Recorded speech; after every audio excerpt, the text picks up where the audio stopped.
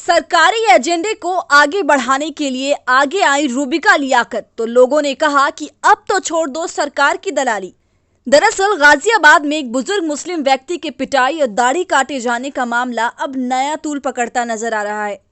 एक तरफ पुलिस है जो इस पूरे मामले को तावीज से जोड़कर इसमें किसी भी तरह के धार्मिक एंगल से इनकार कर रही है, वहीं दूसरी तरफ पीड़ित परिवार है जो अब भी अपने बयान पर कायम है। लेकिन आज बात रूबिका लियाकत जैसी पत्रकार के दोगलेपन की, क्योंकि अभी हाल ही में हरियाणा में आसिफ की लिंचिंग के बाद जमा हुई पंचायत में भड़काऊ भाषण देने वाले को बीजेपी ने अपना प्रवक्ता बना दिया। लेकिन सत्ता की दलाली में लीन रहने वाली रूबिका लियाकत इस मसले पर अपना एक बार भी मुंह नहीं खोल सकी। लेकिन आज गाजियाबाद मामले में जहां पीड़ित परिवार और पुलिस अलग अलग बयान दे रहे हैं, ऐसे में एक पत्रकार की जिम्मेदारी ये थी कि दोनों का वर्जन देश के सामने लाएं।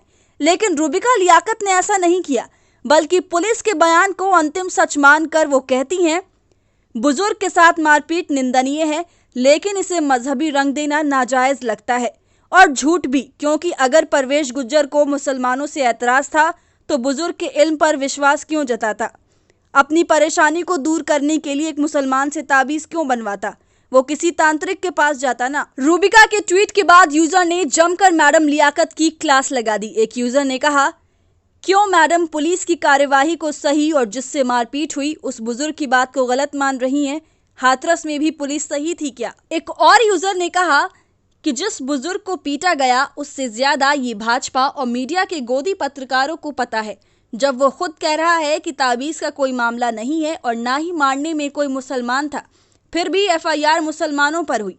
कमाल का देश है और रूबिका तुम्हें शर्म आनी चाहिए। नवल किशोर रूबिका लियाकत पर भड़क गए और उन्होंने कहा, बीजेपी की दलाली और टीआरपी के लिए दोगली बातें कब तक करोगी?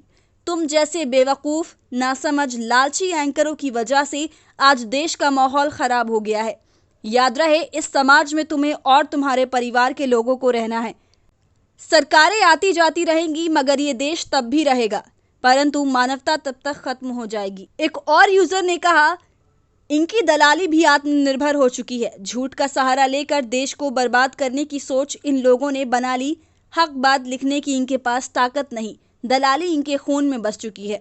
ऐसे में आप रूबिका पर क्या कुछ सोच रहे हैं? हमें कमेंट कर जरूर बताएं और ऐसे ही अपडेट्स के लिए खबर अड्डा को यूट्यूब पर सब्सक्राइब करें।